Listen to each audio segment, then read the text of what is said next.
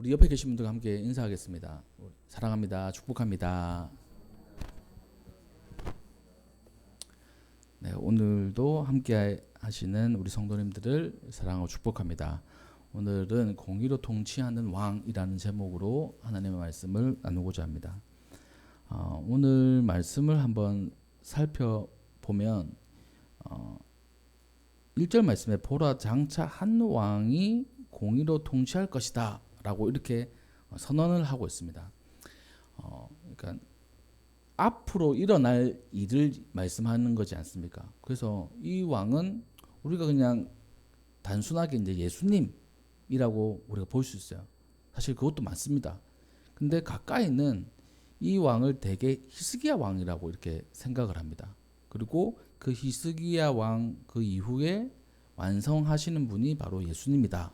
그래서 이 공의로 통치하는 왕은 실제적으로는 그 히스기야 왕을 예언하는 말씀이라고 이렇게 하지만 그 히스기야 왕도 이 예수님을 예표하는 그 사람이거든요. 그래서 결국에는 이 예수님께서 공의로 우리를 통치하신다라고 이렇게 보면 될 것입니다.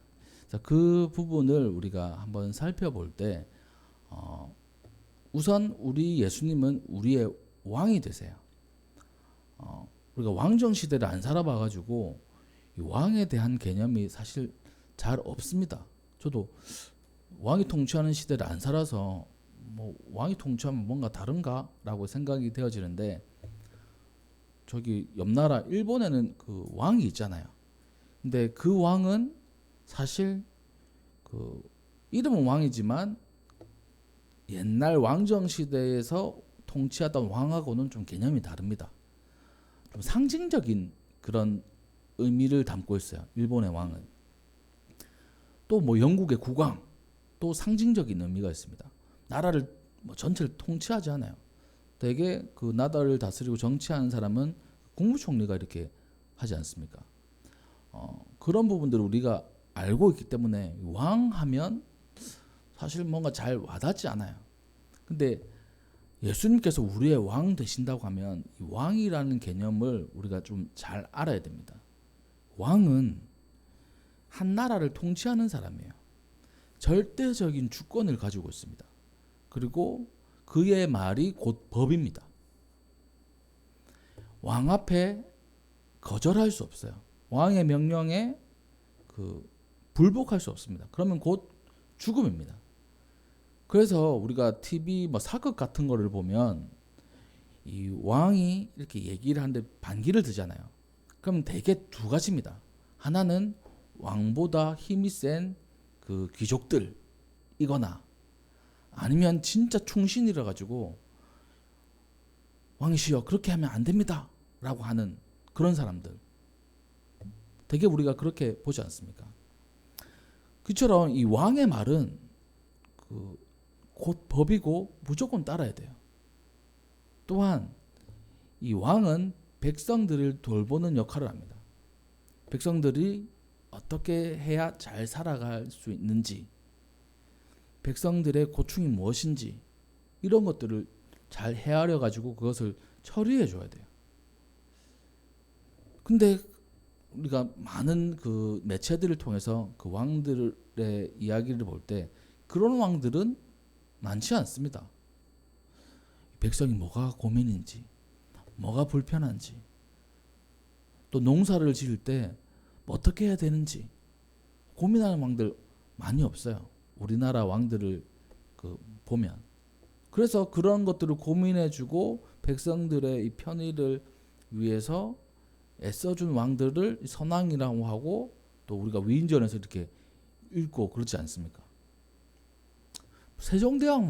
세종대왕이라는 그 왕을 봐도 우리나라에 한글이라는 것을 이렇게 주셨어요. 근데 우리가 세종대왕 하면 한글이라고 하지만 세종대왕의 업적들이 참 많습니다.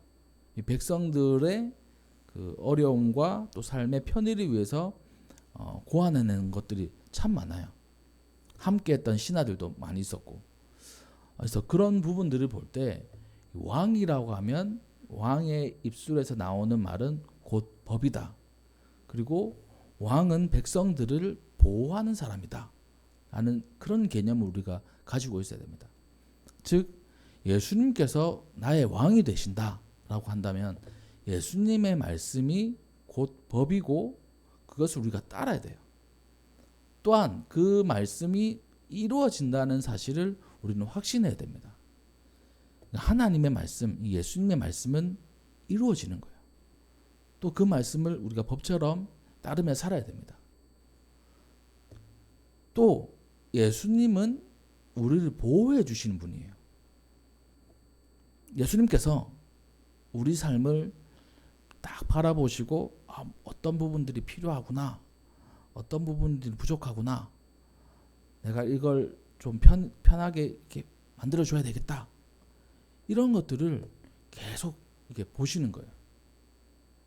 예수님께서 눈에 안 보이시지만 우리 성도님들의 삶을 유심히 보고 계십니다. 오늘의 하루 우리의 삶을 보고 계시고 또 내일도 계속 보고 계시고요. 그래서 하나님을 졸지도 주무시지도 않는 분이라고 성경은 기록하고 있지 않습니까? 계속 보고 계시는 거예요. 우리가 느끼지 못할 뿐이지.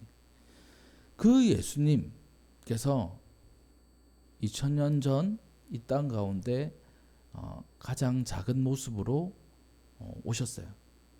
우리의 왕으로 오신 겁니다. 가장 낮은 모습으로 오셨어요. 그 예수님을 기다리며 또 그 예수님을 좀 더 깊게, 그 아기 예수님을 좀 더 깊게 묵상하는 그런 기간이 바로 성탄절을 맞이하는 지금 이 시간일 것입니다. 그래서 우리 모든 성도님들 삶 가운데 우리의 왕 되신 그 예수님, 하나님의 말씀은 반드시 이루어진다. 또한 하나님께서 나를 주구장창 쉬지 않고 바라보시고 지키시며 함께 하시는 분이시다 라는 사실을 꼭 기억하시기를 주님의 이름으로 축복합니다. 그래서 하나님께서 이 예수님의 또 다른 이름을 임마누엘이라고 하셨어요. 우리와 함께 하시는 하나님이란 뜻으로 그 이름을 지어주신 겁니다. 그렇게 그 예수님께서 이 땅에 오시면 공의로 통치하실 것이고 방백들, 그러니까 그 옆에 있는 많은 그 지도자들이 정의로 다스릴 것이다 라고 이렇게 말씀을 하고 있어요. 그러니까 예수님께서는 공의로 우리를 통치하십니다. 우리가 공의라고 하면 그 세상에서 얘기하는 공의랑 성경에서 얘기하는 공의는 조금 달라요. 물론 비슷한 부분도 있습니다.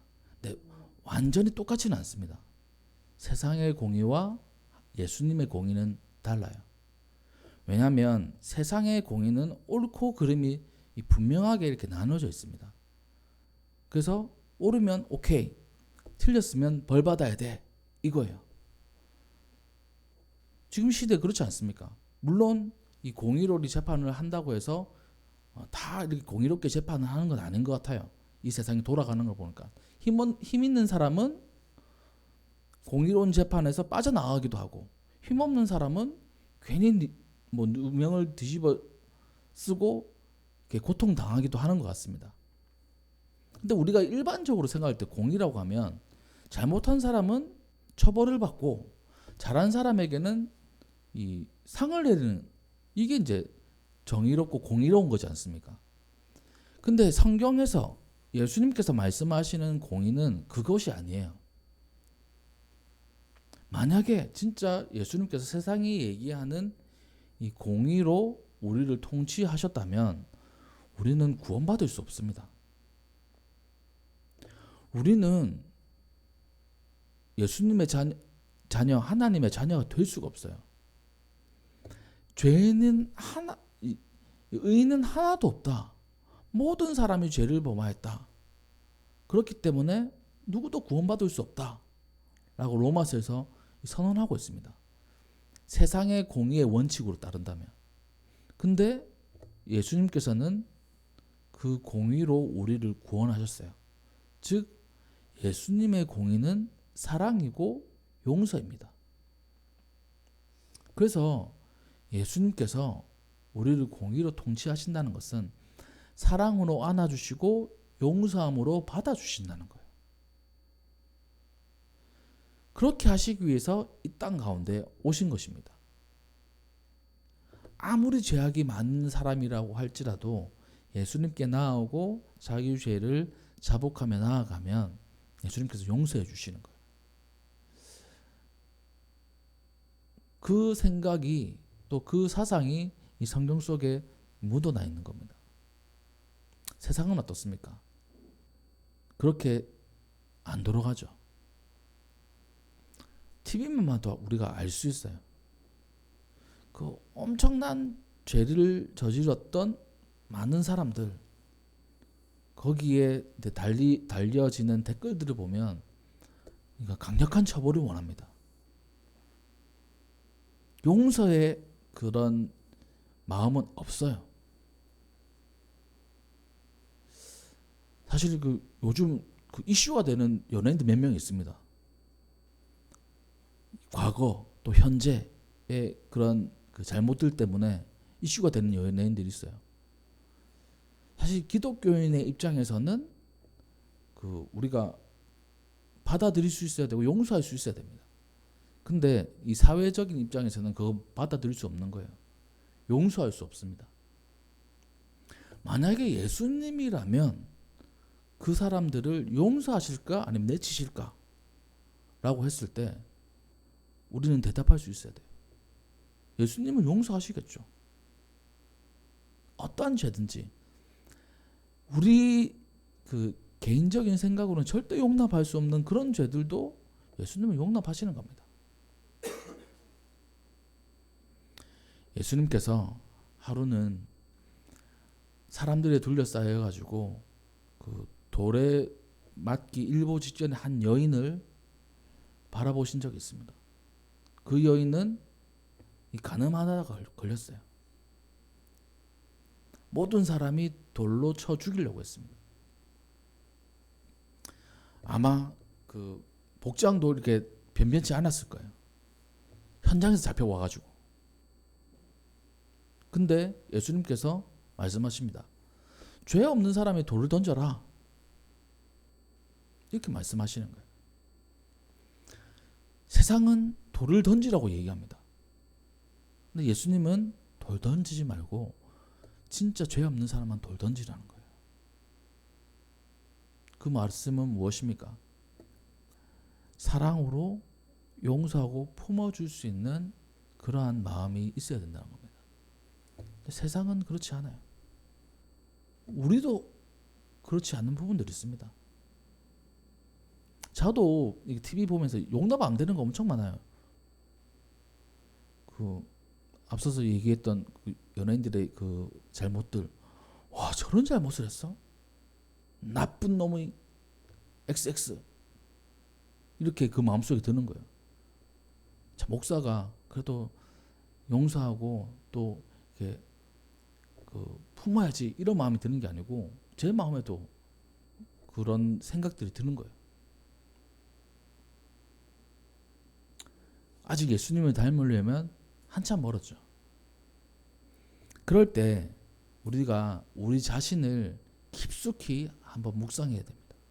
내가 어떠한 사람이었는지, 내 죄가 어떠한 무게를 가지고 있었는지를 우리는 늘 기억해야 돼요. 다 똑같습니다. 죄는 이 죄 자체로 죽음에 이르게 해요. 사망에 이르게 합니다. 늘 저는 이 죄에 대해서 이 독이라고 설명을 합니다. 이 독, 한 방울만 그 마시거나 이 몸 안에 들어오면 죽을 수 있는 그 치사량 100%의 독이 있다고 생각해 보십시오. 그것을 한 방울 먹은 사람도 죽어요. 한 사발 마신 사람도 죽어요. 죄가 이런 겁니다. 하나님 앞에서 이런 게 바로 죄인 거예요. 그래서 모든 사람이 죄인인데 나보다 좀 더 큰 죄를 저질렀던 사람들에게 우리가 손가락질 할 수 있을까요? 돌을 던질 수 있을까요? 그렇게 한다면 우리도 손가락질을 받고 돌을 맞아야 됩니다. 세상의 가치로 한다면. 근데 예수님께서 세상의 가치로 공의롭게 통치하신 게 아니고 성경의 가치로 공의를 펼치시며 우리를 용서해 주신 거예요.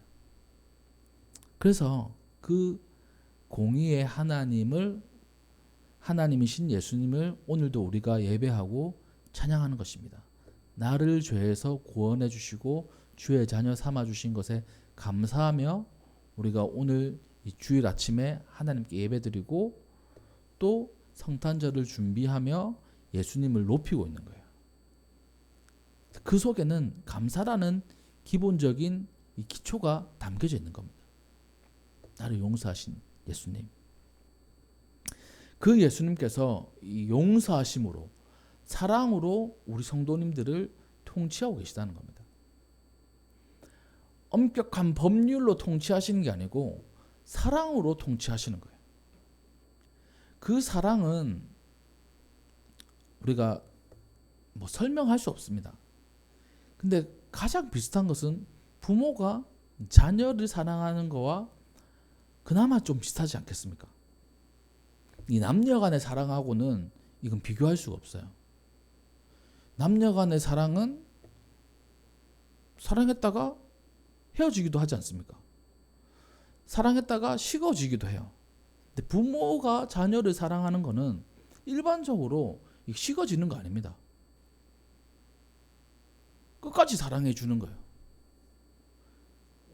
끝까지 안아주고 어떤 잘못을 해도 자녀 편입니다. 부모님은. 일반적인 부모님은.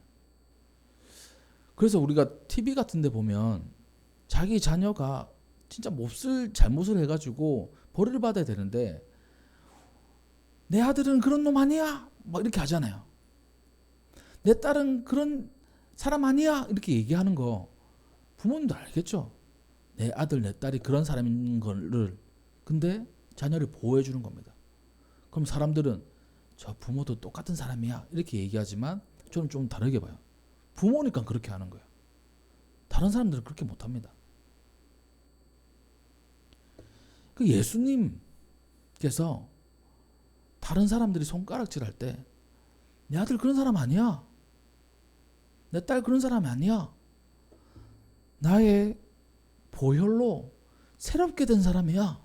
라고 이렇게 변호해 주시는 거예요. 그분이 바로 예수님이십니다. 그분이 바로 우리를 구원하신 왕이신 예수님이신 거예요. 그분이 통치하실 때 어떤 현상들이 일어나는가? 2절 말씀에 보면 그 사람은 광풍을 피하는 곳 이렇게 되어 있습니다. 광풍, 그러니까 태풍과 같은 거죠. 태풍이 엄청 셀 때 사람들도 날아가고 이렇게 하잖아요. 또 저 미국 같은 데 보면 허리케인이 불 때 그 땅에 있는 모든 것들이 다 순식간에 사라집니다. 엄청 무섭죠. 근데 이 예수님께서 그런 무시무시한 인생의 광풍을 피하게 해주신다는 거예요. 예수님께 있으면. 예수님은 반석이시고 흔들리지 않는 분이십니다. 그래서 우리가 그 속에 피해 있으면 흔들리지 않는 거예요. 세상의 풍파에 휩쓸려 나가지 않는 겁니다. 그분이 바로 예수님이세요. 폭우를 가리는 곳 같다. 폭우가 오면 우리는 집 안에 있어야 됩니다. 물론 안전한 집 안에 있어야 돼요. 저기 산 근처에 산사태가 나면 큰일 나니까 우리가 올해 경험하지 않았습니까? 산사태가 많이 나가지고. 그러니까 아주 안전한 집 안에 그냥 있는 거예요. 저희가 한번 저희 아들들이랑 목욕탕을 간다고 비가 엄청 많이 오는 날이었어요. 그날 그냥 목욕탕 가기로 약속을 해가지고 갈까 말까 하다가 갔어요. 근데 비가 진짜 많이 오니까 도로가 장난이 아니었어요. 그러니까 흙들이 내려와가지고 자갈들도 많고 큰 돌들도 있고 이런 거예요. 그래서 와, 뭐 이렇게 가면서 놀랬던 적이 있습니다. 물이 콸콸콸 도로에도 흐르고 시냇물이 흐르고 막 그렇더라고요. 그런 폭우가 있으면 정말 위험합니다. 그래서 계곡 같은데 이 폭우가 나면 갑자기 물이 불어나잖아요. 그래서 인명피해도 나기도 하는 거지 않습니까? 인생의 폭우들, 이거는 참 우리가 참 인생의 폭우라는 것이 온다는 그 예보가 참 잘 돼 있으면 우리가 준비도 할 수 있을 텐데, 진짜 기상청처럼 그 예보는 맞지 않아요. 인생의 폭우 또 몰라요. 우리가 갑자기 우리가 맞는 겁니다. 근데 그 갑자기 맞는 인생의 폭우 가운데 피할 수 있는 분이 바로 예수님이시란 거예요. 혹시나 인생의 광풍 또 폭우 이런 거 지금 맞고 계시거나 아니면 그것에 두려움을 가지고 계신 분들이 있을까요? 예수님께서 완벽하게 그 광풍을 막아주시고 폭우 속에서 피난처가 되어주십니다. 그분이 바로 예수님이시란 거예요. 또한 마른 땅에 냇물 같고 곤비한 땅에 큰 바위 그늘 같을 것이다. 마른 땅에는 물이 필요합니다. 적적 갈라져 있는 그 땅에는 물을 계속 공급해 줘야 돼요. 그래서 그래 그 땅이 살아나고 이 생물들이 살아갈 수 있습니다. 그리고 태양이 참 좋지만 그 태양이 끊임없이 내리쬐면 모든 생물들이 다 들어가요. 한여름에 그 땅볕에 그 아스팔트에 아지랑이가 올라오고, 또 진짜 더울 때는 그 뉴스에 보면 막 거기다가 계란을 깨가지고 계란이 익는지 안 익는지 실험도 하잖아요. 그만큼 덥다고. 그렇게 그 땅볕에는 그늘이 필요합니다. 우리 인생 가운데도 마른 땅이 있을 때가 있어요. 쩍쩍 갈라지는 우리 인생 같은 그런 경우도 있습니다. 그리고 감당할 수 없는 태양빛이 내려쬐을 때가 있어요. 조그만한 그늘만 있으면 참 좋을 텐데, 그렇게 느끼는 그런 인생의 순간들이 있습니다. 근데 예수님께서 마른 땅의 시냇물 같으신 분이에요. 그리고 태양볕이 내려질 때 그늘과 같은 분이십니다. 그러니까 우리는 예수님께만 피하면 그것을 이겨낼 수 있는 거예요. 제가 한 번은, 그러니까 여름에 우리가 더운 이유가 태양의 힘도 있지만 습할 때도 참 덥지 않습니까? 태양은 비가 많이 오는데 덥고 습하면 더 짜증이 올라오잖아요. 근데 습기가 많이 없으면 그늘만 있어도 참 시원합니다. 건조한 데는 그래요. 몽골 같은 곳이 그렇더라고 보니까. 참 그 태양빛이 강하게 내려지는데 그늘에만 들어가면 시원해요. 와, 여기서 그러니까 계속 있었으면 좋겠어요. 에어컨 따로 없어도 참 시원하더라고요. 그렇게 예수님께서는 우리의 피난처가 되어주신다는 겁니다. 3절 말씀 보면 보는 자의 눈이 감기지 아니할 것이요 듣는 자가 귀를 기울일 것이다. 그러니까 이 말씀은 이런 겁니다. 예수님께서 이스라엘을 심판하실 때 이런 말씀하신 적 있어요. 너네가 부르짖어도 내가 보지 않을 거고, 너네가 기도를 해도 내가 듣지 않겠다 라고 이렇게 말씀하신 게 있습니다. 이 심판이 코앞에 있는 거예요. 물론 그 심판은 완전한 멸망이 아니라 하나님의 사랑에 매였죠. 다시 회복시켜 주시니까. 그런 것처럼 우리도 이 예수님 그리고 또 하나님을 바라볼 때 우리 스스로가 눈을 감고 귀를 닫을 때가 있어요. 우리가 어떻게 해야 되는지 압니다. 인생을 살아갈 때 이 신앙 생활 하시는 분들은 답을 다 알아요. 사실 어려울 때 예수님을 찾는 거다. 힘들 때 하나님을 바라보는 거다. 정말 고통스러울 때 기도하는 거다. 말씀으로 우리가 힘을 얻는 거다. 다 압니다. 사실 우리가 다 알기 때문에 설교를 사실 들을 필요도 없어요. 다 아는 건데 뭐. 근데 우리가 왜 계속 듣습니까? 또 우리가 말씀을 왜 봅니까?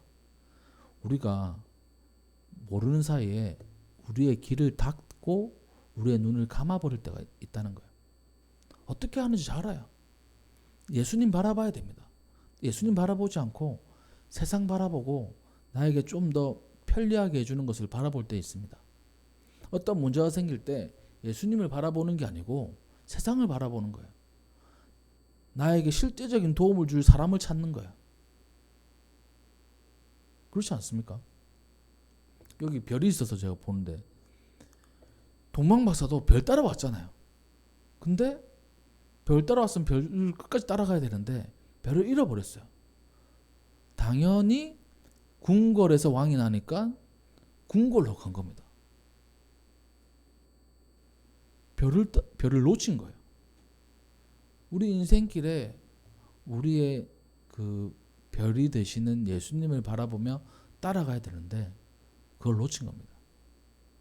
그래서 제가 어릴 때 그 성경 말씀을 가르쳐 주시는 그 선생님이 하신 말씀이 있어요. 이 동방박사들이 왜 별을 놓쳤을까? 이렇게 물어보시는 거예요. 왜 별 따라 끝까지 안 갔을까? 모르겠는데요. 그 선생님께서 이렇게 설명하시는 게 제 마음속에 아직도 남아 있습니다. 그 선생님 누군지는 기억이 안 나요. 근데 그 메시지는 제가 아직도 기억이 납니다.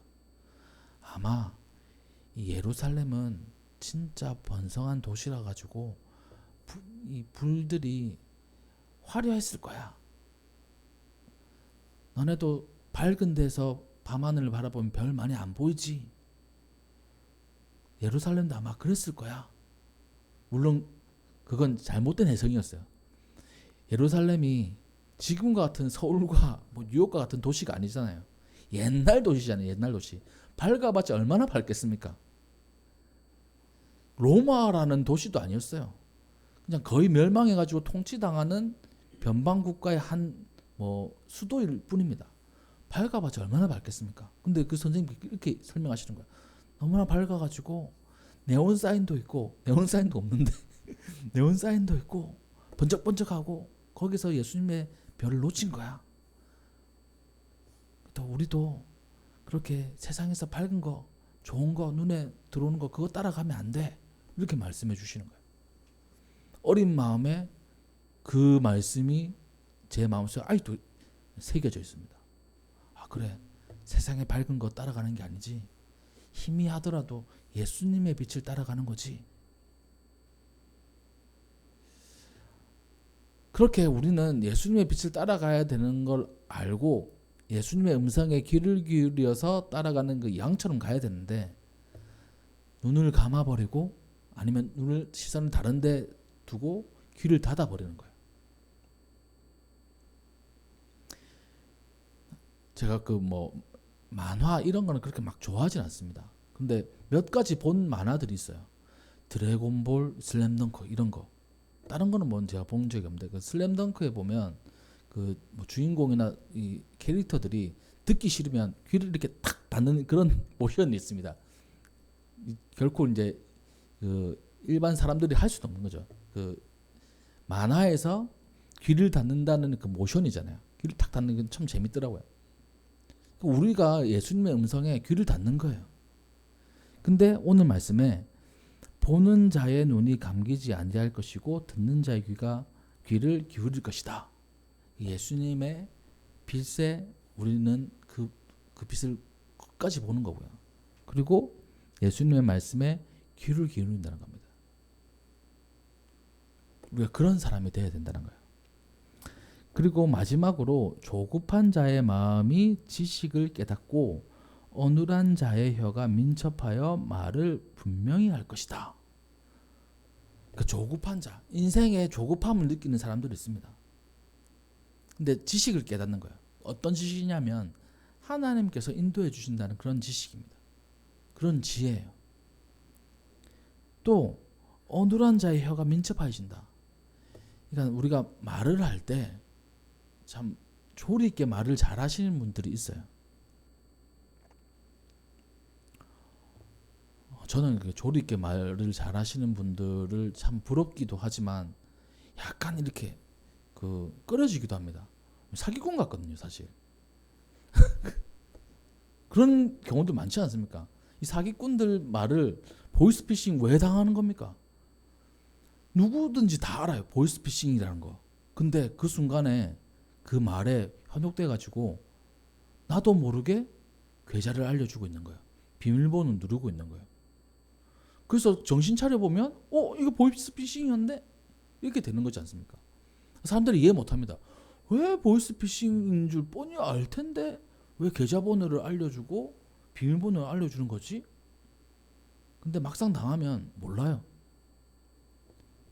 참 우리가 인생에 똑똑하다고 생각하지만 부족할 때 많습니다. 연약할 때 많아요. 인생을 잘 안다고 하지만 인생 잘 몰라요. 조급할 때 많습니다. 저도 조급할 때 참 많았어요. 인생을 살아오면서. 근데 조급하게 여겨진다고 해서 인생이 잘 풀리느냐? 또 그것도 아니에요. 조급하다고 해서 목회가 잘 되느냐? 또 그것도 아닙니다.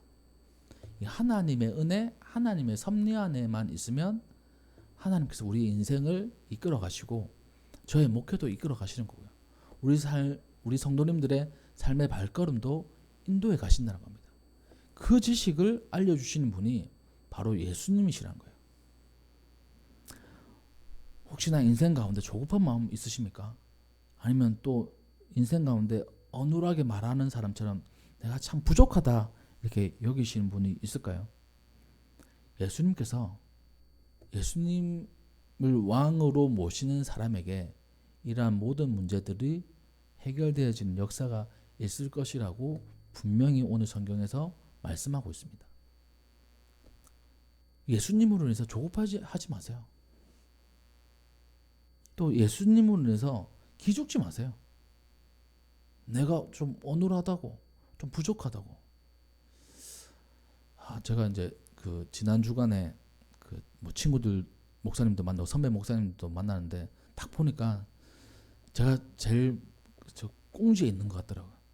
참 부족한 것들이 많습니다. 그런 부분들을 볼 때 약간 자존심도 상하는 부분도 있고 또 막 뭐 그런 게 있더라고요. 그래가지고 그런 생각들을 할 때 오늘 이 말씀이 저에게 또 우리 성도님들에게 하나님께서 주시는 겁니다. 너 그렇게 조급할 필요 없어. 하나님께서 보시기에는 거기서 거기야. 우리 사람 그리고 개미 가까이서 보면 차이가 엄청 나잖아요. 근데 저 비행기에서 그 사람하고 개미를 보면 사람 보이지도 않고 개미도 보이지 않습니다. 하나님도 마찬가지인 것 같아요. 막 그 1000명, 10,000명 목사님들, 저 같은 이 개척교회 목사, 하나님께서 보시기에 너는 대단하다, 너는 좀 모자라다 이렇게 보실까요? 물론 그렇게 보실 수도 있습니다. 근데 하나님께는 거기서 거긴 거예요. 우리의 인생도 마찬가지입니다. 저 사람을 볼 때 나도 저 사람처럼 우리 집도 저기처럼 됐으면 좋겠다. 나는 왜 이 모양 이 꼴일까? 그렇게 생각하지 마세요. 하나님께서 보실 때는 다 거기서 거기입니다. 그리고 하나님과 예수님 공의로 통치하시는 예수님을 왕으로 모신다면 그 속에서 승리하고 은혜를 누릴 수 있습니다. 조급한 자의 마음에 지식이 생기는 거예요.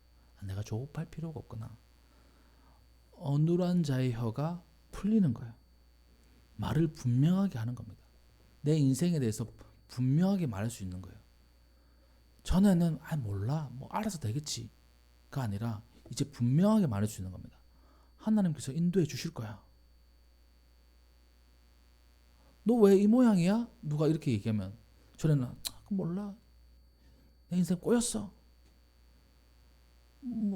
어버버 이렇게 했다면 예수님으로 해서 나 지금 약간 힘든데 하나님께서 해결해 주실 거야. 이렇게 선포하는 거예요. 분명해지는 거예요. 공의의 예수님을 우리가 왕으로 온전히 모시면 그렇습니다.